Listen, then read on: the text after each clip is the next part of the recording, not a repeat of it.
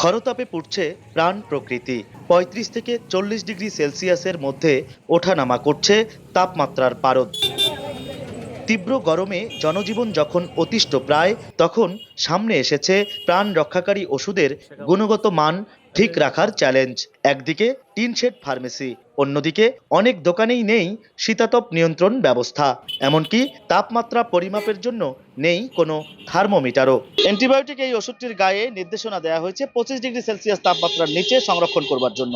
একইভাবে নাপা বা এইস এর মতো এই সিরাপগুলোর গায়ে নির্দেশনা দেওয়া হয়েছে 30 ডিগ্রি সেলসিয়াস তাপমাত্রার নিচে এই ওষুধগুলো সংরক্ষণ করবার। কিন্তু শহরের বেশিরভাগ ফার্মেসিগুলোতে তাপমাত্রা নিয়ন্ত্রণের তেমন কোনো ব্যবস্থা নেই। ফলে এই ওষুধগুলোর গুণগত মান কতটুকু নিশ্চিত করা যাবে, এমন প্রশ্নে বিভিন্ন দোহাই দিচ্ছেন ফার্মেসির মালিকরা। আমি যদি এই ঘরটা এসি লাগাই, তা আমাকে গ্লাস দিয়ে সামনে প্রুফ করতে হবে, তাহলে আমার দোকানে একটা কাস্টমারও ঢুকবে। প্রোটেকশন ঘরটর ছাড়া তো আর এগুলা হয় না।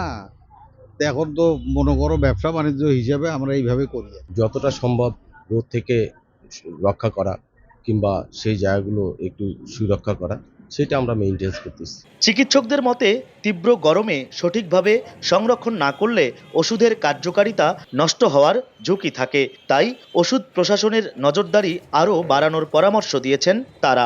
বিশেষ কিছু মেডিসিন আছে, যেমন কিছু তরল ওষুধ আছে, তারপরে কিছু ইনসুলিন আছে, ভ্যাকসিন আছে, এইগুলোকে অবশ্যই ফ্রিজে রাখতে হবে।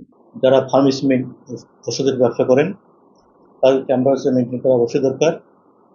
ওষুধ প্রসারণ যে আছে তাদেরকে শক্ত হাতে এই জিনিসটা মেনটেন করা উচিত। তবে ওষুধ প্রশাসনের পক্ষ থেকে জানানো হয়েছে, সঠিক তাপমাত্রায় ওষুধ সংরক্ষণের বিষয়ে ফার্মেসি মালিকদের বারবার সতর্ক করা হচ্ছে। যদি টিন থেকেও থাকে, তারা যেন একটা সিলিং ব্যবহার করে তাপমাত্রা যেন নিয়ন্ত্রণ করে।